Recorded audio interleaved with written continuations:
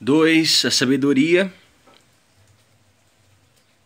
ajuda a ver a vida com clareza. Eclesiastes 7, do versículo 11 ao 18.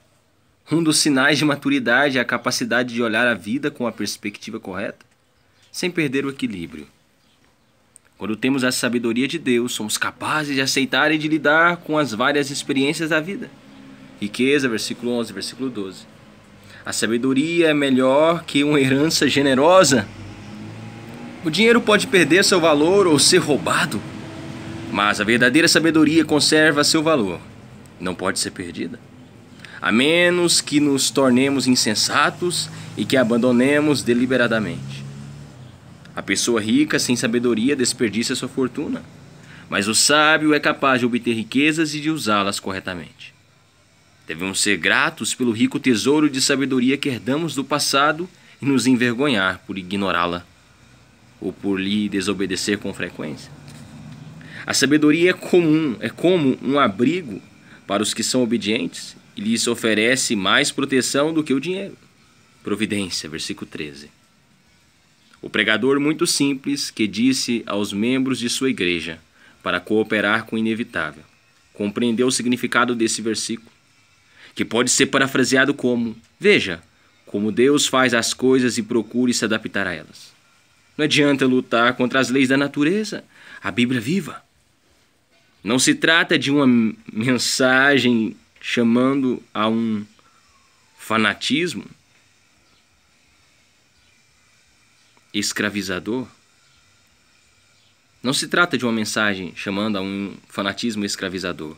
Da mesma forma, Eclesiastes 1,15 é um convite a uma vida de submissão à vontade de Deus. Se Deus faz alguma coisa retorcida, pode endireitá-la e talvez nos peça para cooperar com Ele na realização dessa tarefa. Porém, se Deus deseja que essa coisa permaneça retorcida, é melhor não discutir com Ele. Não compreendemos inteiramente todas as obras de Deus. Eclesiastes 11,5. Mas sabemos que tudo fez Deus formoso no seu devido tempo. Eclesiastes 3,11. Isso inclui as coisas que consideramos tortas e feias. Apesar de não concordar com toda a sua teologia, aprecio a oração da serenidade escrita em 1934 por Reinhold Niebuhr. Não sei pronunciar isso. Uma versão dela é usada em todo o mundo por pessoas de vários grupos de apoio, inclusive os alcoólicos anônimos. E se encaixa na lição que Salomão ensina no versículo 13, ou os cafecólatras anônimos. Ó Deus, dá-nos serenidade para aceitar aquilo que não pode ser mudado, coragem para mudar aquilo que deve ser mudado, e sabedoria para distinguir entre um e outro. Adversidade e prosperidade, versículo 14. A sabedoria dá a perspectiva correta para não desanimarmos quando os tempos são difíceis e para não ficarmos arrogantes quando as coisas estão indo bem. É preciso um bocado de espiritualidade para aceitar tanto a prosperidade quanto a adversidade, pois muitas vezes a prosperidade causa mais estragos. Filipenses 4, do versículo 10 ao 13. Jó lembrou sua esposa dessa verdade quando ela lhe disse para amaldiçoar a Deus e morrer. Temos recebido o bem de Deus e não receberíamos também o mal. Eclesiastes 2,10. O Jó 2,10, não sei. Antes disso, Jó havia declarado: o Senhor o deu e o Senhor tomou. Bendito seja o nome do Senhor. Jó 1,21. Deus confere equilíbrio à nossa vida, dando-nos bênçãos suficientes para nos manter felizes e fardos suficientes para nos manter humildes. Se tivéssemos apenas bênçãos em nossas mãos, tombaríamos para frente. De modo que Deus equilibra essas dádivas com fardos em nossas costas. Isso ajuda a nos mantermos firmes e, ao nos sujeitarmos ao Senhor, Ele pode até transformar fardos em bênçãos. Por que Deus determinou que nossa vida deve funcionar dessa maneira? A resposta é simples: para nos impedir de pensar que sabemos tudo e que podemos cuidar de nossa vida sem ajuda alguma. Para que o homem nada descubra do que há de vir depois dele, versículo 14. Quando pensamos ter uma explicação para as coisas, Deus muda a situação e nossa fórmula não funciona mais. Foi nesse ponto que os amigos de Jó tomaram um rumo errado. Tentaram usar um mapa antigo para guiar Jó numa viagem inteiramente nova. E o mapa não serviu. Por mais experiência que tenhamos nessa vida, na vida cristã, por mais livros que tenhamos lido, ainda assim devemos caminhar pela fé. Retidão e pecado, versículo 15 ao 18.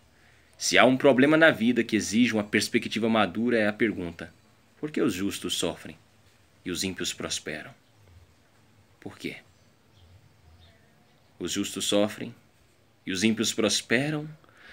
Salmo 73. Pessoas boas morrem jovens, enquanto os perversos, pessoas boas morrem jovens. Robert Murray McCheyne, David Brainerd.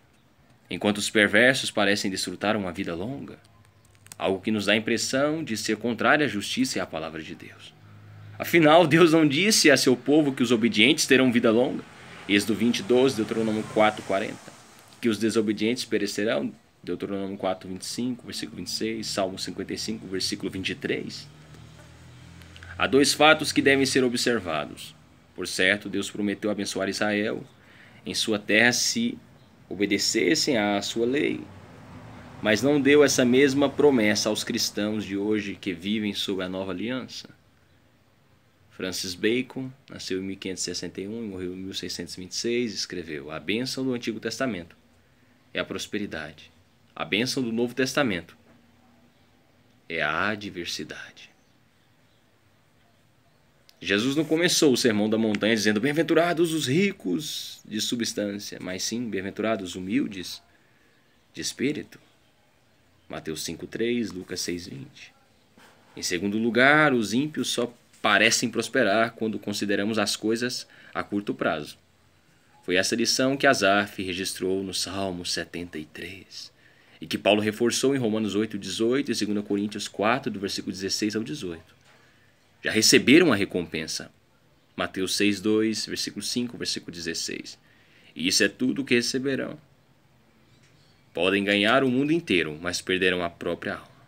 Esse é o destino de todos os que seguem seu exemplo e que sacrificam as coisas eternas em troca das coisas temporárias. Os versículos 16 a 18 são interpretados incorretamente por aqueles que dizem que Salomão estava ensinando a moderação na vida diária. Não sejam justos demais, mas também não sejam grandes pecadores. Não corram riscos, dizem esses filósofos cautelosos. Mas não foi isso que Salomão escreveu. No texto hebraico, os verbos no versículo 16 dão a ideia de uma ação reflexiva. Salomão diz ao povo: não afirmem ser justos, não afirmem ser sábios. Em outras palavras, trata-se de uma advertência. Em outras palavras, trata-se de uma advertência contra o farisaísmo e o orgulho que surge quando pensamos que chegamos e sabemos tudo. No versículo 20, Salomão deixa claro que ninguém é justo.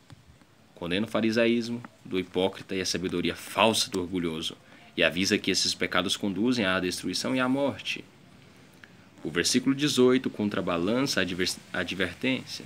Devemos nos apegar à verdadeira justiça e não nos apartar da verdadeira sabedoria. Para isso, precisamos andar no temor do Senhor. O temor do Senhor é o princípio da sabedoria, Provérbios 9:10. E para aquele que crê, Jesus Cristo é sabedoria e justiça. 1 Coríntios 1:30. De modo que o povo de Deus não precisa criar essas bênçãos por conta própria.